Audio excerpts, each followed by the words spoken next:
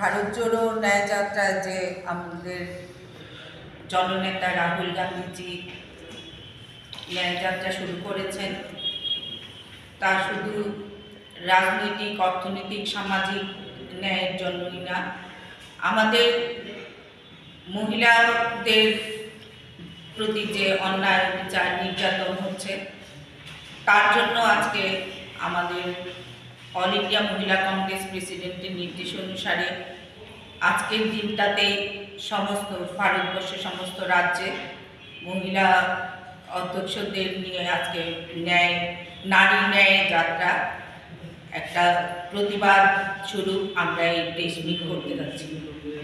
তো আমাদের মহিলাদের প্রতি যে বর্তমান সরকারের আমলে যে নির্যাতন হচ্ছে এবং সমস্ত রকমভাবে মহিলাদের অপদস্থ করা হচ্ছে, তার প্রতিবাদ জানিয়ে ত্রিপুরা প্রদেশ মহিলা কংগ্রেস ও সর্বভারতীয় মহিলা কংগ্রেসের পক্ষ থেকে যে আহ্বান রাখা হয়েছে সেটাতে সামিল হতে যাচ্ছি এবং প্রতিবাদে সামিল হচ্ছি।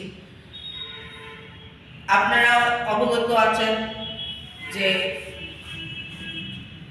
বর্তমান বিজেপি সরকার যখন নারী বাঁচাও নারী পড়াও এই স্লোগান দিচ্ছে, সেখানে আমাদের যে বিলকিস বানোর ঘটনা সবাইকে দেখিয়ে দিয়েছে কিভাবে তারা নারীদের সুরক্ষা দিতে পারছে। তাদের অপকর্মের কারণে যে একের পর এক অত্যাচারে লাঞ্ছিত হচ্ছি, আমরা সেই নারীদের অন্যায়ের বিরুদ্ধে প্রতিবাদ জানাবো এবং সবাইকে নিয়ে আমরা সামাজিক, অর্থনৈতিক এবং আমাদের অধিকারকে রক্ষা করার জন্য আমরা প্রতিবাদে সামিল হব এবং সমগ্র ভারতবর্ষের সাথে ত্রিপুরা রাজ্যকেও আমরা প্রতিবাদে সামিল হতে, সমস্ত নারীদেরকে নিজেদের অধিকার রক্ষায় এগিয়ে আসার জন্য আহ্বান জানাচ্ছি। আপনারা বিগত দিনেও দেখেছেন কিভাবে আমাদের বর্তমান সরকার আজকে 6 থেকে 7 বছর হতে চলল, একের পর এক নারী সংগঠিত হামলায় তাদের দলেরই সমস্ত লোকরা জড়িত, কিন্তু সেই তুলনায় আমাদের মহিলারা থানা পর্যন্ত এফআইআর করতে পারছে না, থানাতে এবং তাদের প্রতি কোনো সুবিচার ওরা পাচ্ছে না। নারীদের আত্মরক্ষার্থে নারীরা সবাই এগিয়ে আসতে হবে এবং প্রতিবাদ জানাতে হবে আমাদের অধিকার রক্ষায়। আমরা সমস্ত মহিলা কংগ্রেসের পক্ষ থেকে সবাই সেই আন্দোলনে সামিল হতে যাচ্ছি।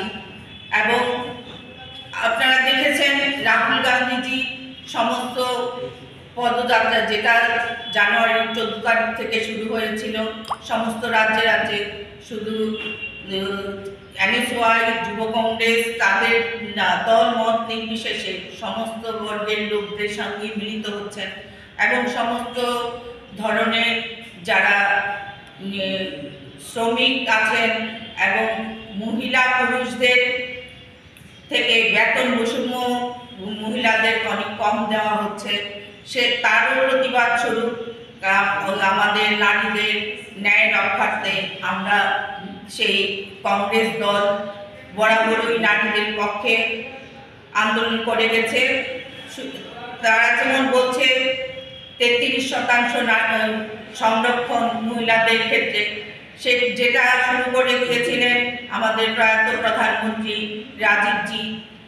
উনি ত্রিস্তর পঞ্চায়েত থেকে শুরু করে নারীদের ক্ষমতায়নের জন্য যে অগ্রণী ভূমিকা নিয়েছিলেন, বর্তমান সরকার সেই মহিলাদের কথা শুধু সংরক্ষণের কথা শুধু তাদের বিলের মধ্যে এনেছে বা প্রচারেই আনছে, কিন্তু ইমপ্লিমেন্ট করা তাদের পক্ষে এখন অবধি সম্ভবপর হয়নি। আমরা মহিলা কংগ্রেসের তরফ থেকে এটা যেন অবিলম্বে লোকসভা নির্বাচনে দিয়েই শুরু হয়, যেন আমাদের সেই সংরক্ষণের মুদ্রা, সেটাই আমরা তুলতে চাইছি।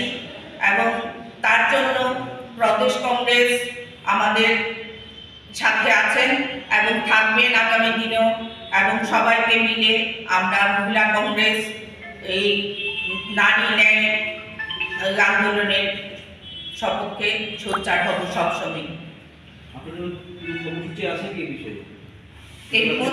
এর মধ্যে আমাদের লোকসভা নির্বাচন নিয়ে যদিও আমরা সবাই ব্যস্ত হয়ে পড়েছি, তথাপি আমাদের নারী সুরক্ষা, যেখানেই যখন কোনো নারী অবহেলিত অত্যাচারিত হবে সেখানেই আমরা আন্দোলনে সামিল হব।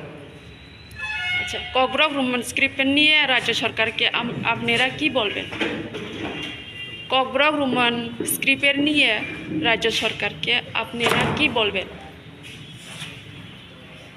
যেটা ককবরক ভাষার এটা ইমপ্লিমেন্ট হোক, এটা আমরা চাইব। যে স্ক্রিপ্টটা চাইছে সেটা যেন হয়, এটা আমরা চাইব।